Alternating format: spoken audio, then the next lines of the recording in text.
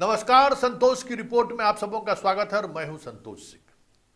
और आज हम संतोष की रिपोर्ट में चर्चा करने जा रहे हैं कि रामविलास पासवान, दलित और पासवान का नेता का असली वारिस कौन है।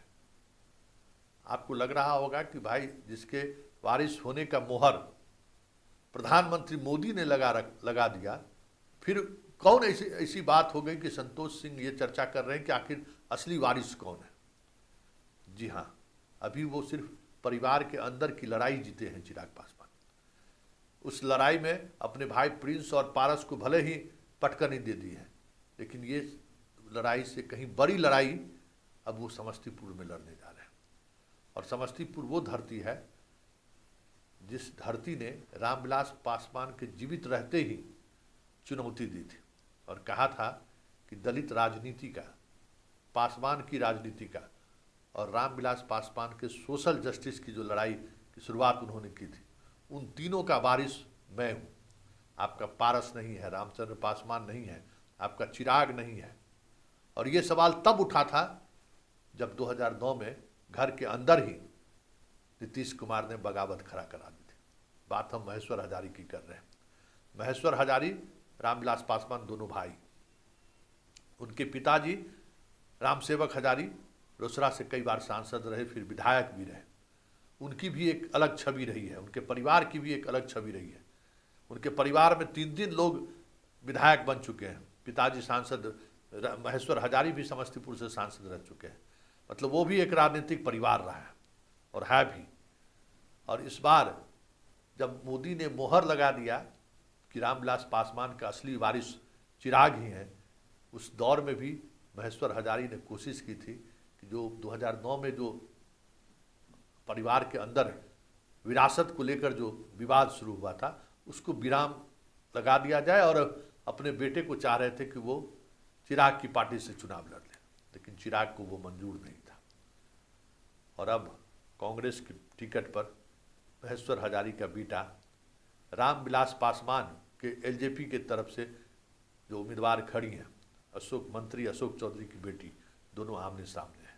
और जैसे ही महेश्वर हजारी के बेटे के टिकट की फाइनल हुआ, चर्चा समस्तीपुर में फिर शुरू हो गई है कि आखिर असली वारिस रामविलास पासवान की दलित राजनीति का कौन होगा। क्योंकि हर किसी को पता है कि 2020 के विधानसभा चुनाव में भले मध्य बिहार में चिराग पासवान बागी उम्मीदवार खड़ा करके नीतीश को नुकसान पहुंचा दिया था, लेकिन जब बात रामविलास पासवान की उस विरासत पर के आसपास पहुंची तो 3 उम्मीदवार, 3 रिश्तेदार का जमानत जब्त करा दिया वहां की जनता ने। रोसड़ा से यही चिराग का भाई चुनाव लड़ा था, जमानत जब्त। मामा का लड़का कुशेश्वर स्थान से चुनाव लड़ा, जमानत जब्त। एक और रिश्तेदार को उन्होंने कल्याणपुर में खड़ा किया, जमानत जब्त। और तीनों उम्मीदवार के जमानत जब्त होने के पीछे समस्तीपुर की जनता के साथ साथ महेश्वर हजारी का वो नेतृत्व था, जिस नेतृत्व ने स्वाभाविक तौर पे रामविलास पासवान की विरासत को अपने साथ जोड़ लिया था। लेकिन अभी तो मोदी का मोहर है उसकी विरासत पर। ऐसे में महेश्वर हजारी का ये चुनौती 4 जून को पता चलेगा कि वो कितना रंग लाया है। लेकिन सिर्फ खड़े होने से समस्तीपुर लोकसभा क्षेत्र की फिजा बदलने लगी है। और फिजा इस कदर बदलनी शुरू हो गई है कि जिसका एहसास होते ही चिराग ने क्या कहा है, जरा आप भी सुन लीजिए। तो आपने चिराग की बात सुन ली।